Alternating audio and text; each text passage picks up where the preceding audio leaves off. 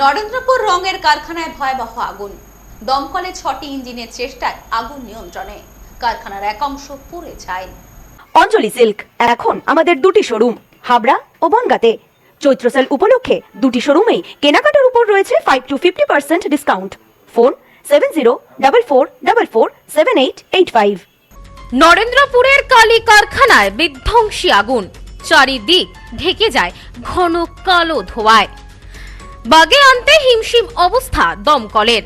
অবশেষে দমকলের 6টি ইঞ্জিনের চেষ্টায় আগুন নিয়ন্ত্রণে আনা গেলেও ততক্ষণে কারখানার একাংশ পুড়ে ছাই। ঘটনায় আতঙ্কিত এলাকাবাসী। মঙ্গলবার সাত সকালে আগুন লাগার ঘটনায় চাঞ্চল্য ছড়ালো দক্ষিণ 24 পরগনার নরেন্দ্রপুর থানার রামচন্দ্রপুর এলাকায়। নরেন্দ্রপুরের রামচন্দ্র স্কুল এবং দিল্লি পাবলিক স্কুলের পাশেই রঙের কারখানায় ভয়াবহ অগ্নিকাণ্ড। এদিন সকাল 8টা নাগাদ ওই কারখানা থেকে আগুনের ধোঁয়া বের হতে দেখেন স্থানীয়রা। মুহূর্তের মধ্যেই গোটা এলাকায় আতঙ্ক ছড়িয়ে পড়ে। এলাকাবাসীদের অভিযোগ, ধোঁয়া বের হতে দেখার সাথে সাথেই খবর দেওয়া হয় দমকলে। দমকল ইঞ্জিন ঘটনাস্থলে আসতে দেরি করে বেশ অনেক সময়। এরপরেও স্থানীয়দের অভিযোগ আরও, প্রথমে যে ইঞ্জিনটি আসে তাতে জলই ছিল না, যার কারণে ক্ষোভে ফেটে পড়েন স্থানীয়রা। তারাই প্রথমে আগুন নেভানোর কাজ শুরু করে। পরে একে একে দমকলের মোট 5টি ইঞ্জিন ঘটনাস্থলে এসে পৌঁছায়। প্রায় 2 ঘন্টার চেষ্টায় আগুন নিয়ন্ত্রণে আসে। স্থানীয় সূত্রে জানা গিয়েছে, কারখানার ভেতর প্রচুর পরিমাণে দাহ্য রাসায়নিক এবং প্রিন্টিং এর কাজে ব্যবহৃত রং মজুদ ছিল। সেই কারণে আগুন দ্রুত ছড়িয়ে পড়ে এবং অল্প সময়ের মধ্যেই কারখানার একাধিক অংশ আগুনের গ্রাসে চলে আসে। এলাকাবাসীদের একাংশের অভিযোগ, খবর দেওয়ার পরেও দমকল ইঞ্জিন ঘটনাস্থলে পৌঁছাতে যথেষ্ট দেরি করে। শুধু তাই নয়, প্রথমে যে দমকলের ইঞ্জিনটি আসে তাতে পর্যাপ্ত পরিমাণ জল ছিল না, এমনটাই অভিযোগ স্থানীয়দের। এই ঘটনায় ক্ষোভে ফেটে পড়েন তারা। দমকল কর্মীদের ঘিরে বিক্ষোভও দেখান বেশ কয়েকজন বাসিন্দা। বড়সড় দুর্ঘটনা এড়ানো গেলেও এলাকায় আতঙ্ক কাটেনি। বাসীরা সবাই সাহায্য করে, সবাই সহযোগিতা করে আগুনটা নেমানোর চেষ্টা করা হয়েছে। ফায়ার ব্রিগেডকে ফোন করা হয়েছে 45 মিনিট, ঢিল ছোড়া দূরত্ব ফায়ার ব্রিগেড, বেশি দূর না।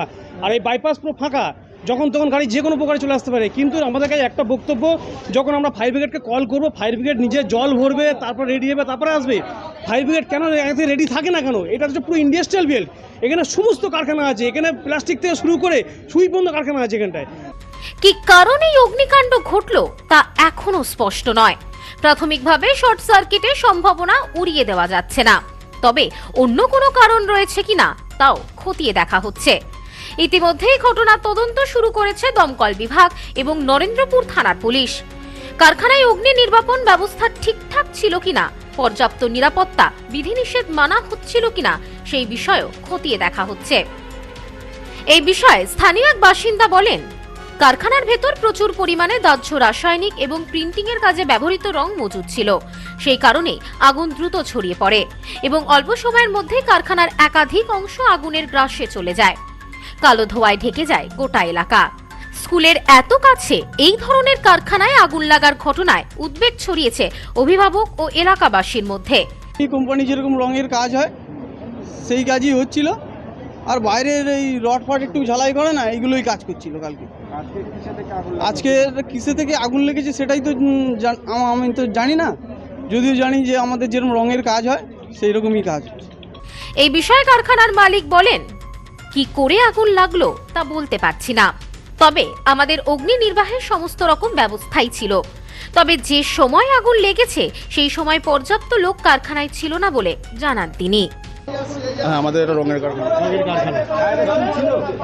ওদের ফায়ার এক্সটিংগুইশার সব লাইন করা আছে, সম্পূর্ণ লাইন করা আছে, সমস্ত ব্যবস্থাই নেওয়া আছে। কাজ করারই যখন আগুনটা ধরেছে তখন এখানে সাফিসিয়েন্ট লোক ছিল না, সে অন্য সাফিসিয়েন্ট লোক ছিল না, একজন লোক ছিল আর এখানে কাজ হচ্ছিল, এটুকুই জানি। কিন্তু কেন ঘটেছে, কিভাবে ঘটেছে কিছুই জানা নেই। ব্যুরো রিপোর্ট, নিউজ স্নোম্যান্সল্যান্ড, দক্ষিণ 24 পরগনা। নিউ পিসি জুয়েলার্স, সম্পর্ক গড়ে দেয়। বনগাঁতে আমাদের 3টি শোরুম প্রতিদিনই খোলা। নিউ পিসি জুয়েলার্স, বনগাঁ বাটার মোড়। New PC jewellers branch, Kumudini স্কুলের বিপরীতে। New PC jewellers beauty, Motiganj, Hatkhola. আমাদের এখানে সোনা কিনুন পেপারের দামে।